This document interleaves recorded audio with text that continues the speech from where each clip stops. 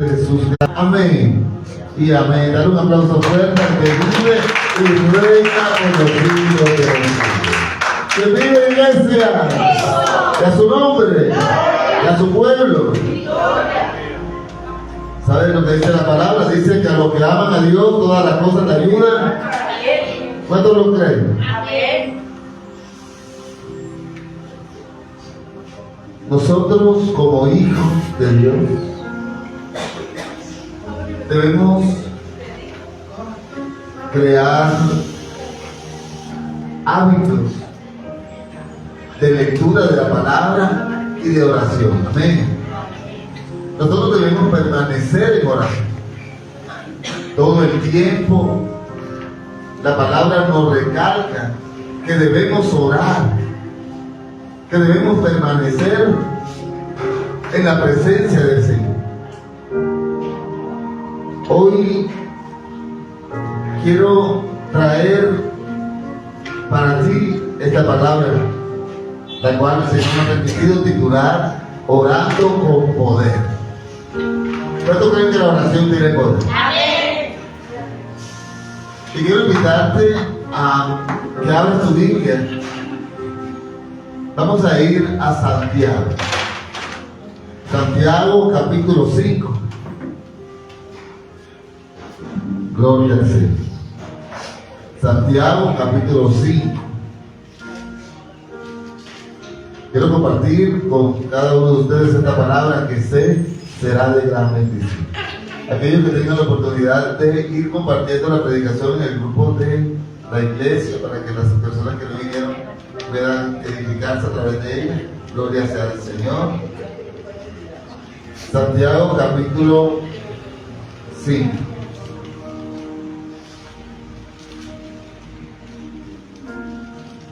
Vamos a estar en los versículos del 13 al 17. ¿Cuántos dicen amén? Amén.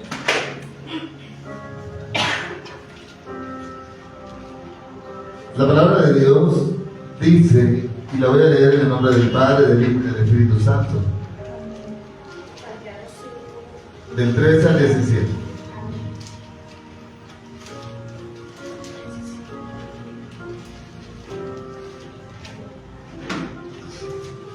La gloria sea para Dios.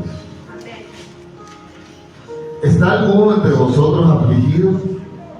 Haga oración. ¿Está alguno alegre? Cante alabanzas.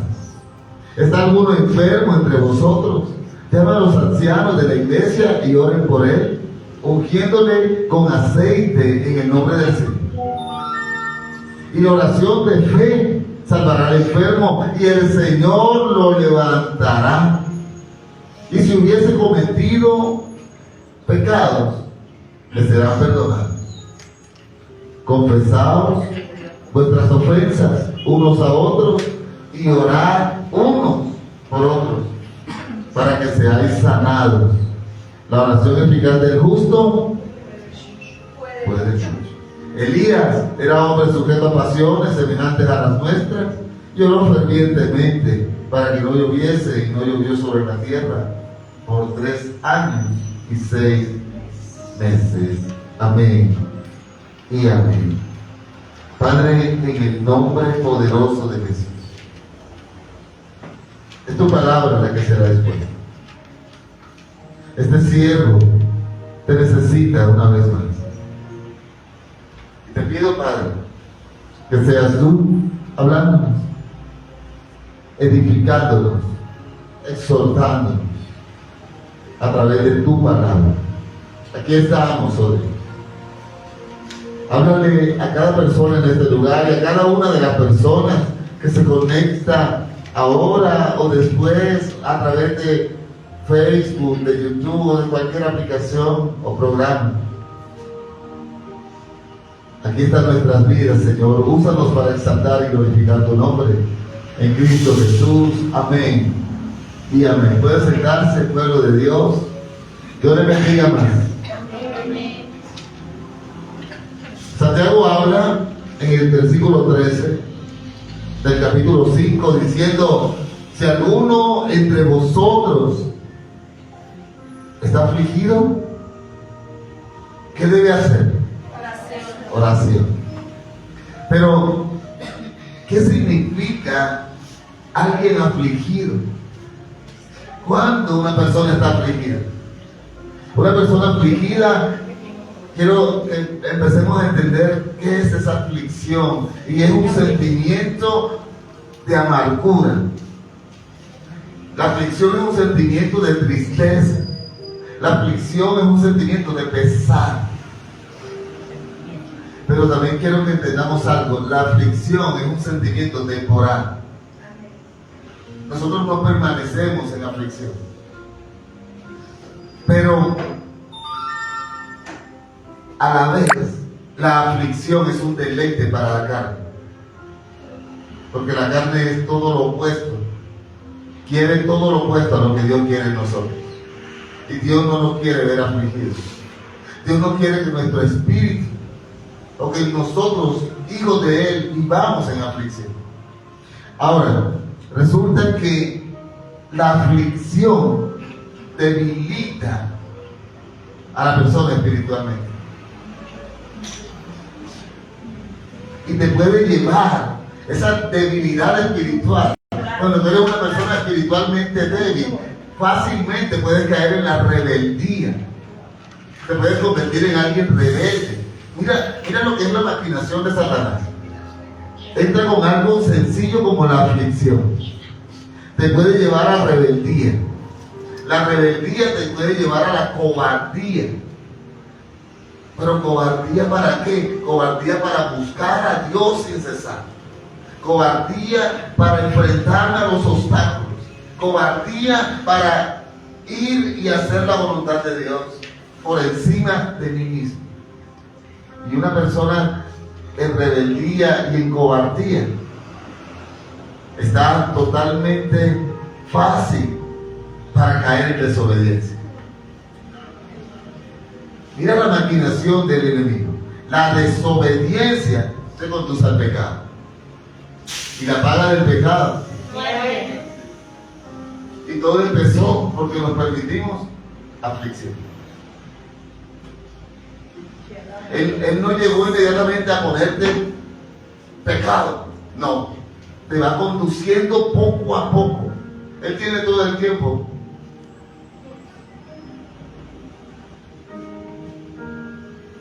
Por todo esto, es importante que nosotros controlemos y eliminemos esa aflicción a tiempo. Amén. Inmediatamente llega esa aflicción a tu vida, llega esa amargura, esa tristeza, ese pesar a tu vida, tú debes inmediatamente decir, esto no es de Dios.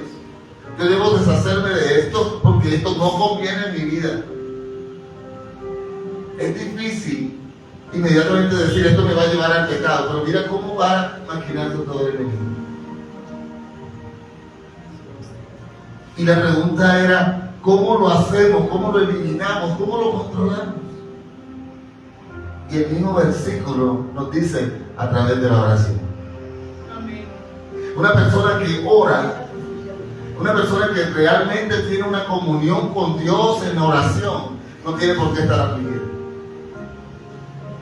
Las circunstancias están contrarias si quieren. La situación no está sencilla, pero no tenemos por qué permitir aflicción.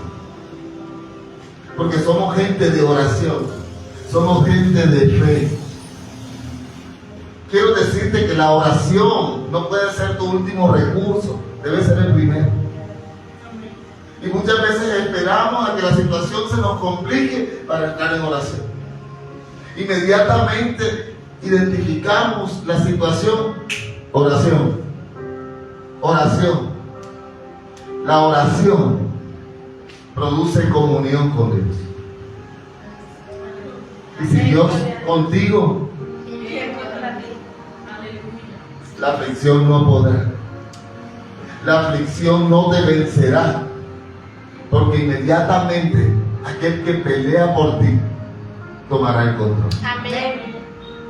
Así que todo empieza por algo pequeñito y te puede llevar a la muerte. Pero el versículo no termina ahí. El versículo también dice, y cuando estés en alegría.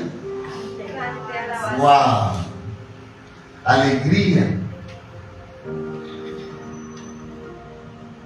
Mira, la alegría y el gozo en una persona tienen que ver mucho con la fe que tengamos en Cristo. Si nosotros somos gente de fe, nada nos quitará, nada nos robará el gozo de la salvación. Amén. Sabemos que todo es vanidad, sabemos que todo es efímero, sabemos que todo tiene un final, pero también sabemos que tenemos un Dios que nos va a llevar a ser inmortales. Vamos a vivir para siempre con Él. Y esta alegría permanente debe estar en nosotros. La oración genera alegría permanente. Y la alegría permanente en nosotros genera en nosotros alabanza a Dios divino. Así que nada, la tristeza, el sentimiento de aflicción nos debe llevar a orar. Y la alegría nos debe llevar ¿a qué? A cantar alabanzas al Señor. Y así empieza Santiago en este versículo 13 del capítulo 5, hablándonos de cómo debemos comportarnos en estas dos etapas tan distantes, la aflicción y la alegría. Es decir, sin importar lo que estemos pasando, debemos estar buscando constantemente a Dios. Amén. Ahora, la enfermedad. Va a ser muy difícil estar gozosos y alegres en medio de la enfermedad. Pero ¿cuántos somos personas de fe aquí? Amén. Y la palabra empieza a decirnos a nosotros: ¿alguno está enfermo entre vosotros? Llama a los ancianos de la iglesia y ¿qué? Oré por él. Ungiéndole con aceite en el nombre del Señor. Pero pastor, ¿cuáles son los ancianos de la iglesia? Son los más viejitos, los que tienen más canas. No. ¿Cuáles son los ancianos de la iglesia? Estas personas, mire, vamos a decir algunas características de los ancianos de la iglesia. Los ancianos de la iglesia deben ser personas justas y personas maduras espiritualmente. Wow. ¿Cómo debe ser un anciano? Justo y maduro espiritualmente. Deben ser personas de fe y personas de oración. Personas de fe y oración. Ese anciano de la iglesia es un líder de la iglesia, un miembro del equipo que rodea al pastor. Este anciano es un grupo que debe ser identificado en la iglesia. Las personas deben saber quiénes hacen parte de ese concilio, de ese grupo. Ayudan a guiar a la congregación. ¿Cómo ayudan a guiar a la congregación los ancianos de la iglesia? A través de un gobierno y una disciplina. Por eso es un grupo de respeto. Aparte de estas características que vimos, que deben ser justos, maduros espiritualmente y deben ser personas de fe y oración, estos ancianos de la iglesia deben ser personas con una reputación sin manchas. Estos ancianos de la iglesia deben ser personas fieles a Dios, esposos fieles a sus esposas, esposas fieles a sus esposos. Sus hijos deben ser fieles a Dios. Que nadie pueda acusar de mala conducta a estas personas. Es decir, deben ser personas irreprensibles. También deben ser personas donde no se haya rebeldía en ellos. ¡Wow! Qué difícil, ¿verdad? Deben ser gente recta, porque son gente que va a ungir. ¿Sí dice así el versículo? El versículo dice: cuando está algún enfermo, estos ancianos les pueden ungir. ¿Con qué les van a ungir? Con aceite. Wow. Pero hay algo bien importante, dice, le van a ungir en el nombre, ¿cómo dice? En el nombre de Jesús. En el nombre del Señor, aleluya. Cuando hablamos del aceite, mira lo que estamos aclarando aquí, el Señor está trayendo esta enseñanza. Cuando hablamos del aceite con el cual estos ancianos de la iglesia van a ungir, no hablamos de una poción mágica que le echamos a la persona y la persona que está enfermo, cuando le echan las 3 gotitas de toronjil se levanta. No, el aceite, ¿verdad? El aceite al cual se refiere Santiago hace énfasis en el poder sanador de Dios. No es el aceite que le vamos a echar el que tiene poder. Por eso te diste cuenta, por eso quise primero decirte las características de aquel que lleva el aceite al enfermo.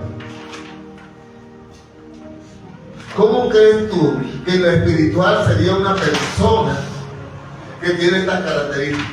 Wow. Debe ser una persona de fe, una persona de adoración, una persona irreprensible, una persona que viene llena de la presencia del Espíritu Santo, toma ese aceite en sus manos y unge al enfermo.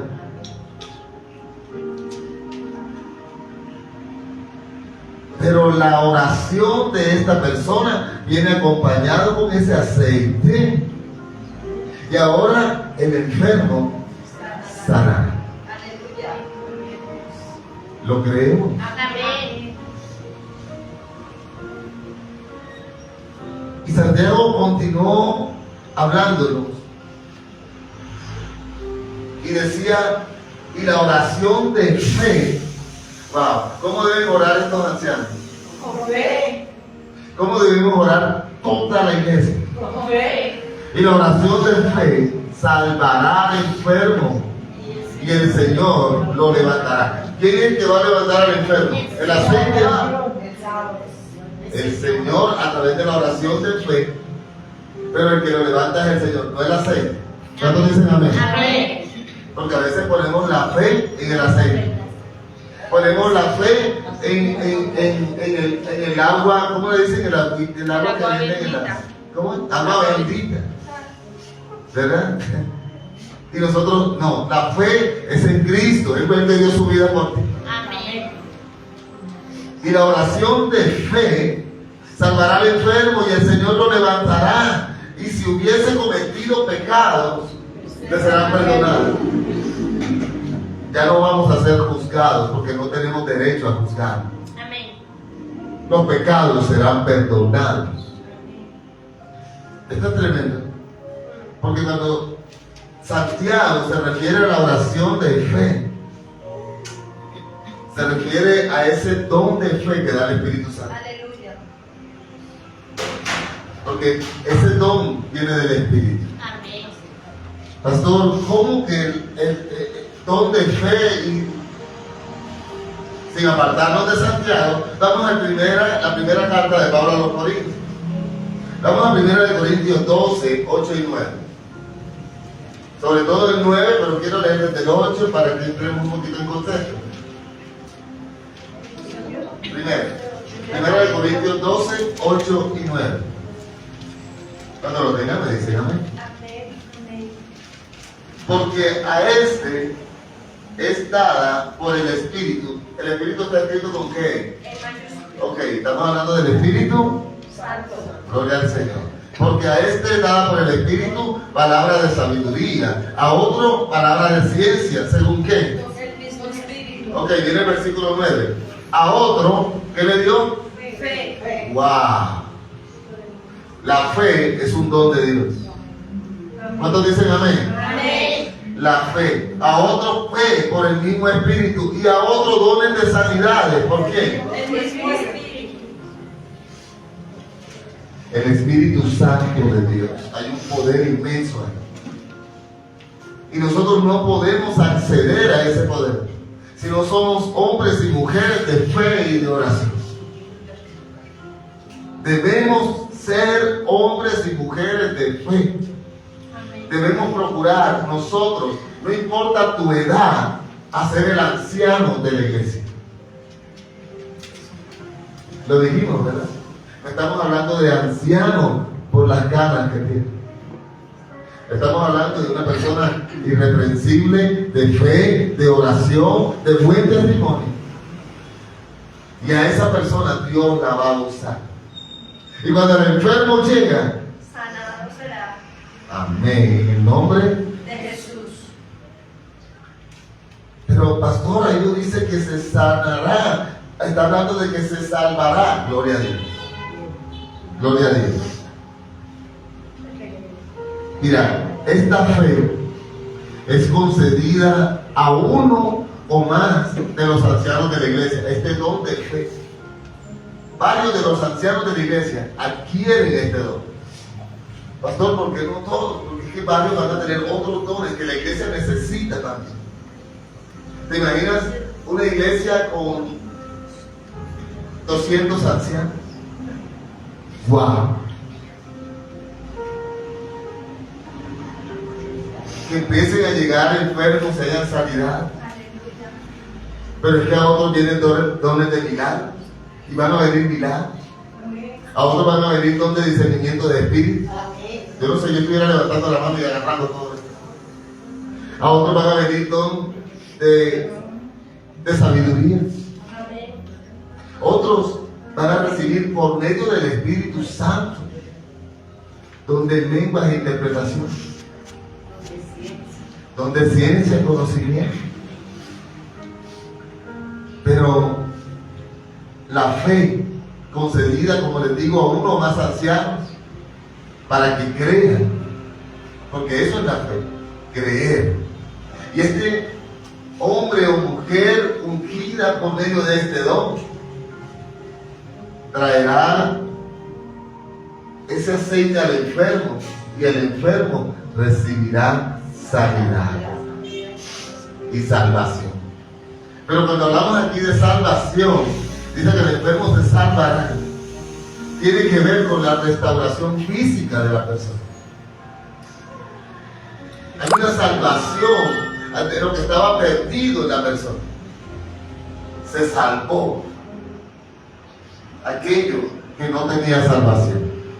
La sanidad del enfermo podrá indicar también el perdón de aquellos pecados que hayan sido responsables de la enfermedad. Pastor, no entendí eso. Hay enfermedades que son causadas por el pecado. Hay enfermedades que son causadas por espíritus inmundos. Hay enfermedades que son causadas por la desobediencia del hombre. No todas las enfermedades son por causa del pecado. Amén. Pero hay enfermedades que son a causa de ellos.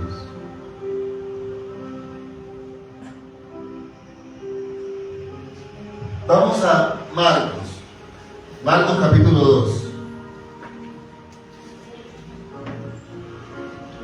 Marcos capítulo 2, versículo 5, para poner un ejemplo acerca de enfermedades que son causadas por entes espirituales.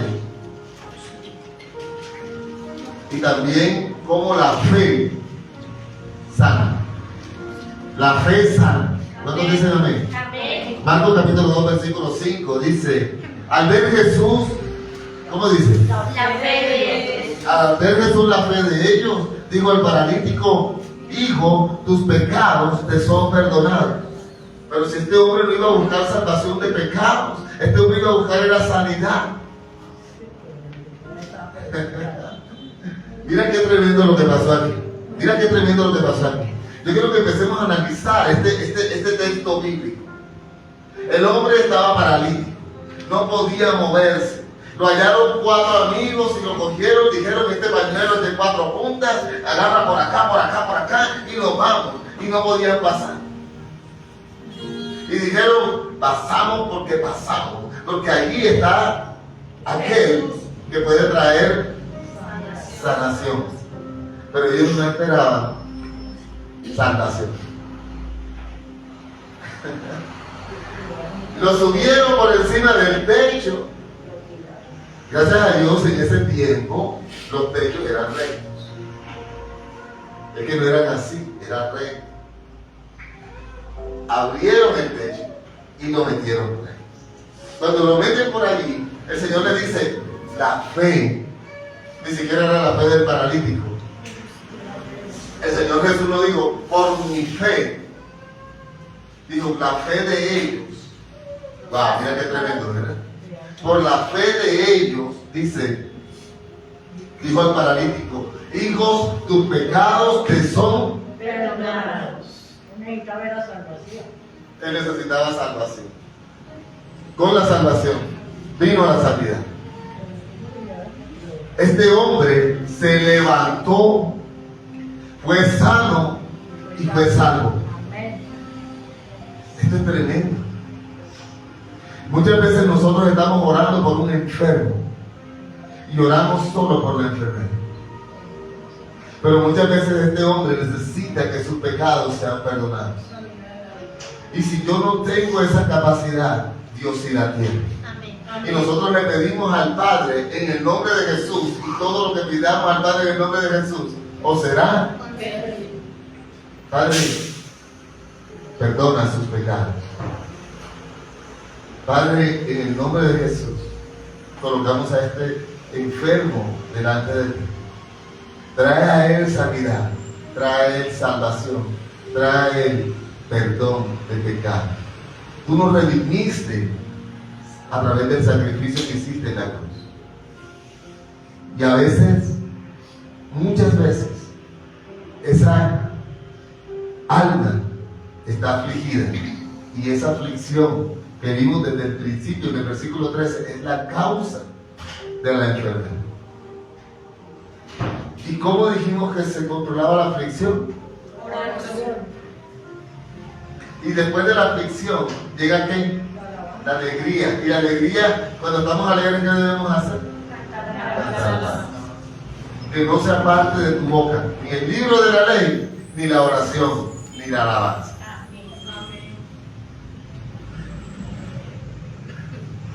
El pecado, mira lo que ocurre aquí, le da legalidad al enemigo para atacarte y te puede dañar. ¿Y él usa qué? Espíritus inmundos. El enemigo usa espíritus inmundos para atacarte. Tal vez no pueda poseerte, pero puede influenciarte de una manera terrible. Él no puede de pronto entrar a ti y hacer parte de ti. Porque si en ti está el Espíritu Santo, dice Dios, yo no comparto mi gloria con nadie. Y mucho menos va a compartir su templo. Dice la Escritura que tu cuerpo es templo de Él. Así que no pueden estar allí dos espíritus. ¿El Espíritu Santo y un espíritu inmundo? No. No pueden haber dos reinos ahí. O eres de Dios o no eres. O está el Espíritu Santo o no está. Entonces, pero puede influenciarte, puede atacar. Y esto, el espíritu inmundo, puede traer enfermedad también a tu vida. Pero ¿cómo? La enfermedad. Lucas capítulo 13, versículo 11. Lucas capítulo 13, versículo 11. Dice, y había allí una mujer que desde hacía 18 años, repite conmigo, 18 años, 18 años. tenía un espíritu de enfermedad y estaba encorvada. ¿Cómo estaba la mujer? Encorvada. Y en ninguna manera se podía enderezar. Ok, nosotros lo primero que vemos es la condición de la persona. Vemos a un enfermo y nosotros vemos,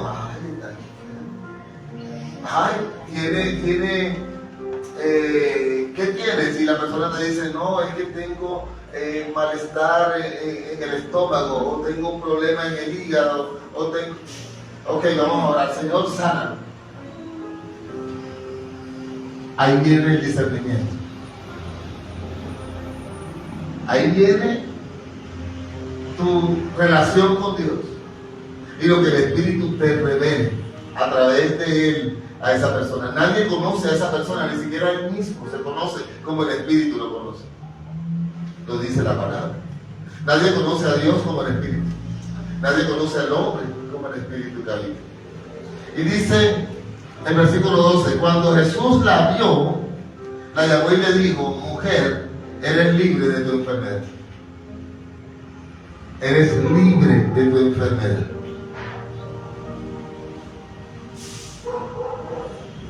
¿Por qué? Porque en el versículo 11 leímos que la mujer tenía 18 años, así encorvada, porque tenía un espíritu de enfermedad. Así que el Señor, antes de decirle eres sana, le dijo: eres libre. ¿Sí estamos viendo cómo debemos orar? Eres libre de tu enfermedad. Esta enfermedad la mantenía encorvada. Esta enfermedad la mantenía, estaba así, estaba encorvada. Sí, por el pecado, por el espíritu inmundo. ¿Cómo entra un espíritu inmundo a alguien? A través del pecado. No hay nada que le dé un derecho legal a un espíritu inmundo sino el pecado. Pero hoy el Señor te está diciendo: yo perdono pecados y te hago libre. Y la enfermedad se va a ir. En el nombre de Jesús. Y siguió Santiago en el versículo 16 del capítulo 5 diciendo: ok, tú quieres ser libre, tú vas a ser libre de todo esto. Pero dice que debes sacar, confesar vuestras ofensas unos a otros.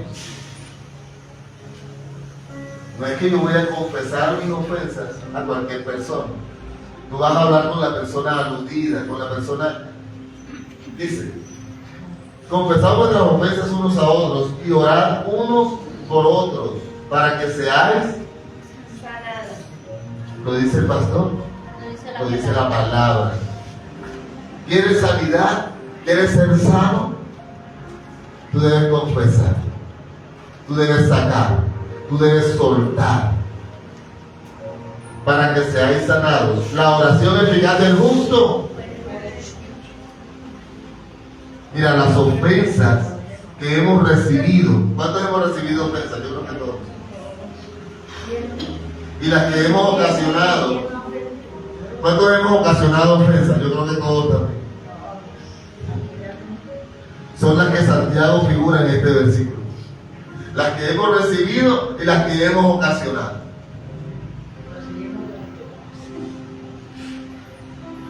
Y Santiago la relaciona estas ofensas como causa de enfermedades. Pero pastor, ¿cómo puede tener relación? Y resalta Santiago el poder de la oración y de la confesión que ha generado este malestar entre los implicados, tanto el que ofende como al que ofende. Porque muchas veces la ofensa que alguien te hizo te causa un malestar. Y lo vimos al principio, por eso yo empecé en el versículo 13 de Santiago 5 y me empecé antes, mire. Te causa aflicción y la aflicción te lleva a otras situaciones, hasta causarte la muerte por el pecado. Pero no solo lo que tú recibes de alguien te puede llevar a la aflicción, lo que tú le entregas a alguien también te puede llevar a la aflicción y puede generar aflicción en la otra persona. Y todo eso es causa de que tú te arrepientas y que tú sanes esa herida. Es indispensable para que puedas continuar en esta ardua lucha de fe.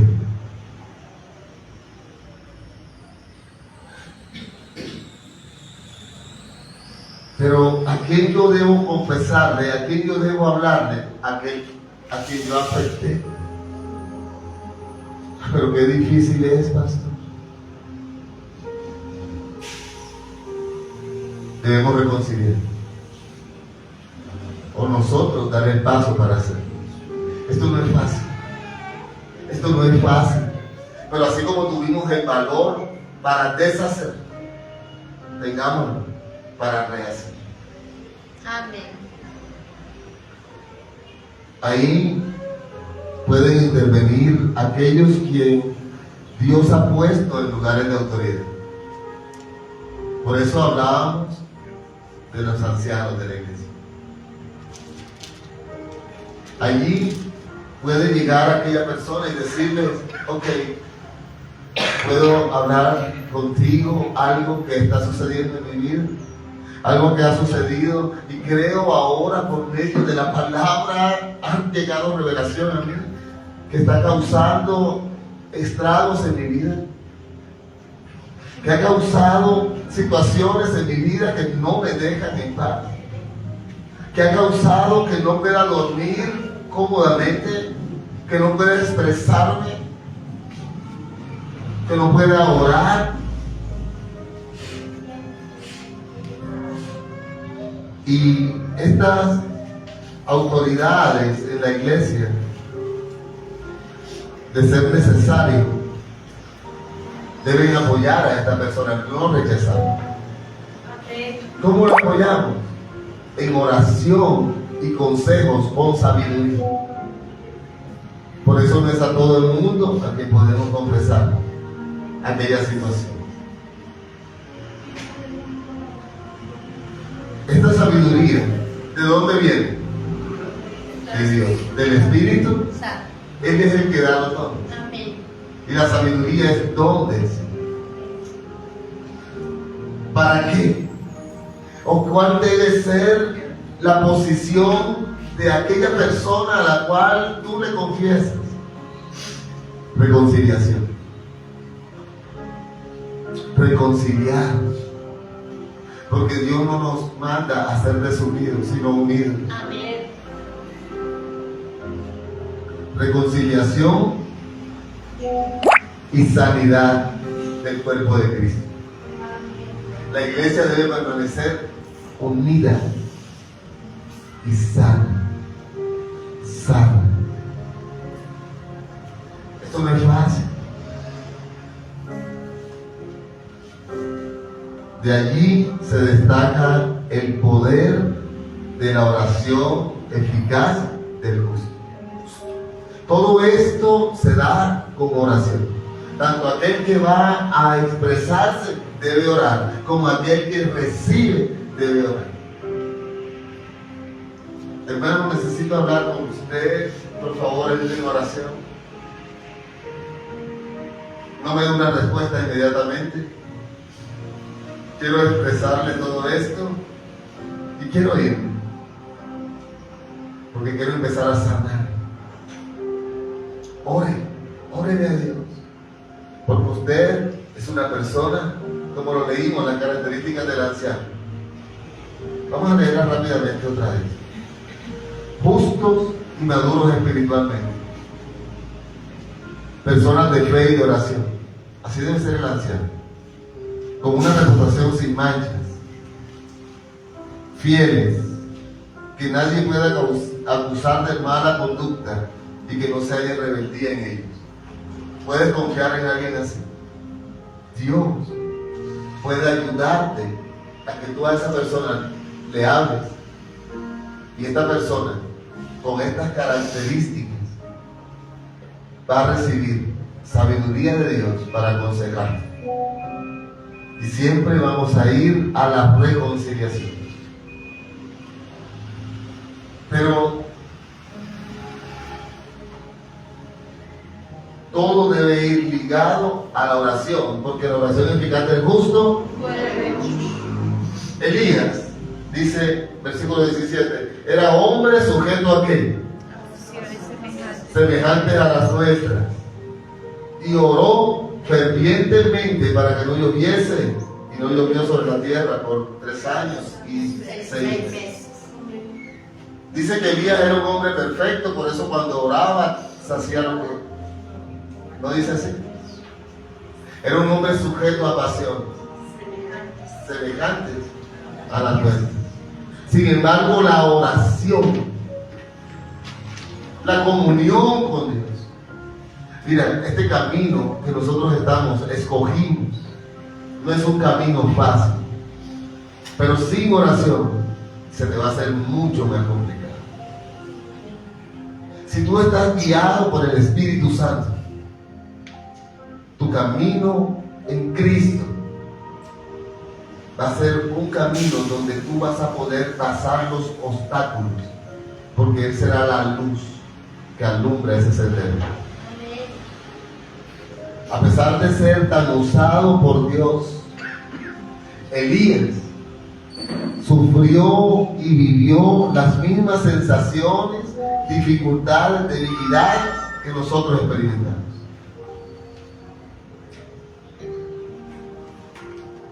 La oración eficaz es la que produce milagros. Y nosotros no vamos a tener una oración eficaz si no conocemos al Dios al cual le oramos. Amén. Yo primero debo conocer a Dios a través de la palabra, a través de mucha oración. No es solo para los grandes profetas esta palabra. No es solo para pastores, maestros, evangelistas. Es para los justos. Amén. Aquí dice, ¿la oración eficaz de quién? Queremos que el don de milagros llegue a nosotros. Pero somos nosotros justos. ¿Te consideras alguien justo? ¿Eres justo en el momento en que Dios te dice, ok, seamos justos? ¿Mereces ser usado de acuerdo al esfuerzo que estás haciendo? ¿Estás siendo aquella persona irreprensible que yo llamé? ¿Estás siendo aquel cristiano obediente? ¿Estás leyendo la palabra y meditando en ella constantemente?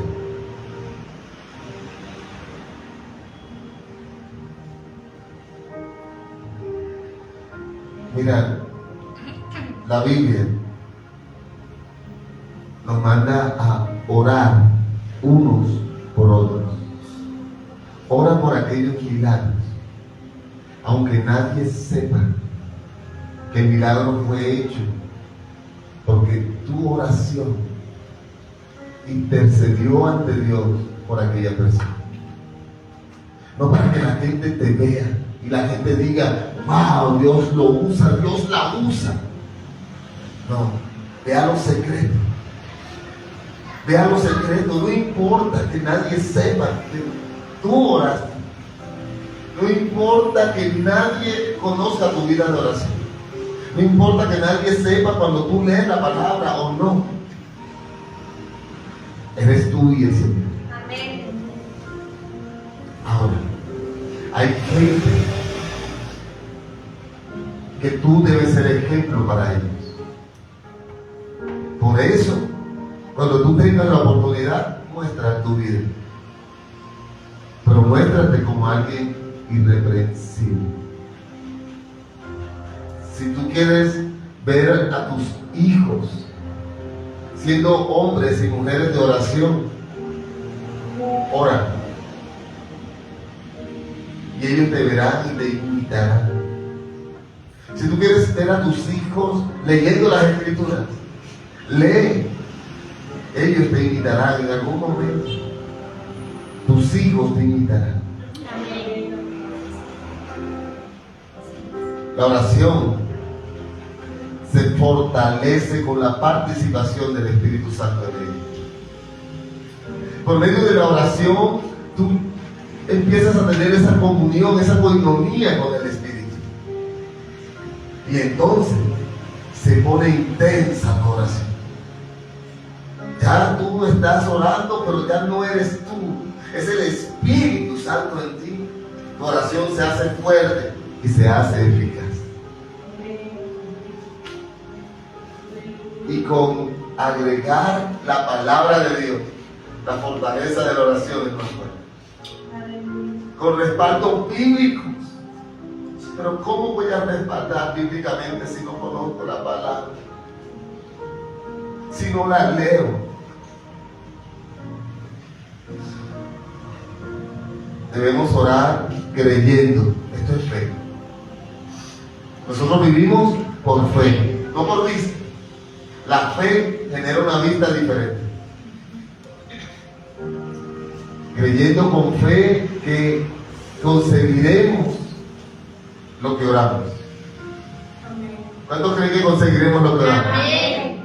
Siempre y cuando nuestra petición coincida con el propósito de Dios. Amén. Siempre debemos sembrar oración en la vida de los demás. Voy a concluir con esto. Sembrar oración en la vida de los demás. Si te ven, bien. Si no, también. Esta oración debe tener 3 características. Debe ser una oración con fe. Debe ser una oración con amor. Y debe ser una oración con gozo. Con fe, porque es la única forma de agradar a Dios. Con amor, porque Cristo te mandó a amar. Y con gozo, porque cuando se cumpla tu oración en aquella persona, tú debes gozarte de Cristo, aquel que permitió que tú estuvieses en lo secreto para que en lo público se consiguiera todo. Amén. Gloria a Dios. Gloria a Dios. Gloria a Dios.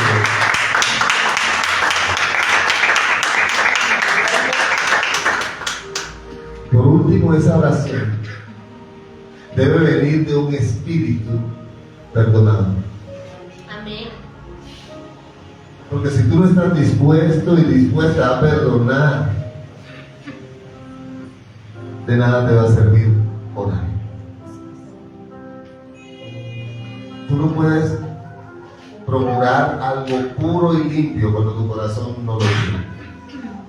Tú debes procurar tener un espíritu perdonado. Amén. Y esperemos que Dios, aunque no lo hacemos por ello, pero así actúa el Señor, Dios multiplicará esa semilla que tú siembras en tu propia vida. Amén. Gloria a Dios. Así lo hace. Y le damos gloria a Dios por su palabra de esta noche. Gloria a Dios. Bendito sea el nombre de Jesús. Te invito a ponerte sobre tus pies. Vamos a ver.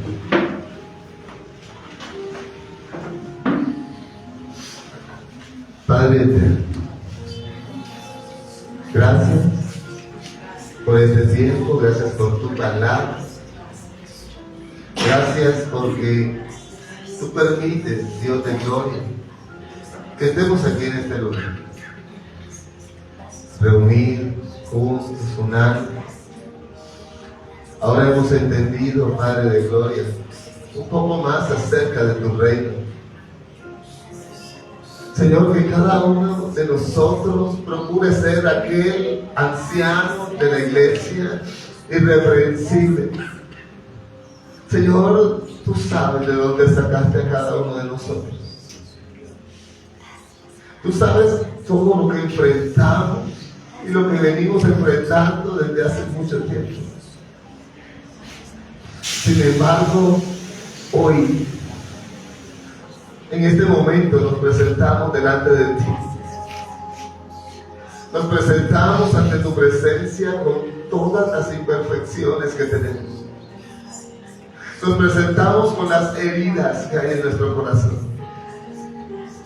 Nos presentamos con las dificultades que estamos afrontando ahora.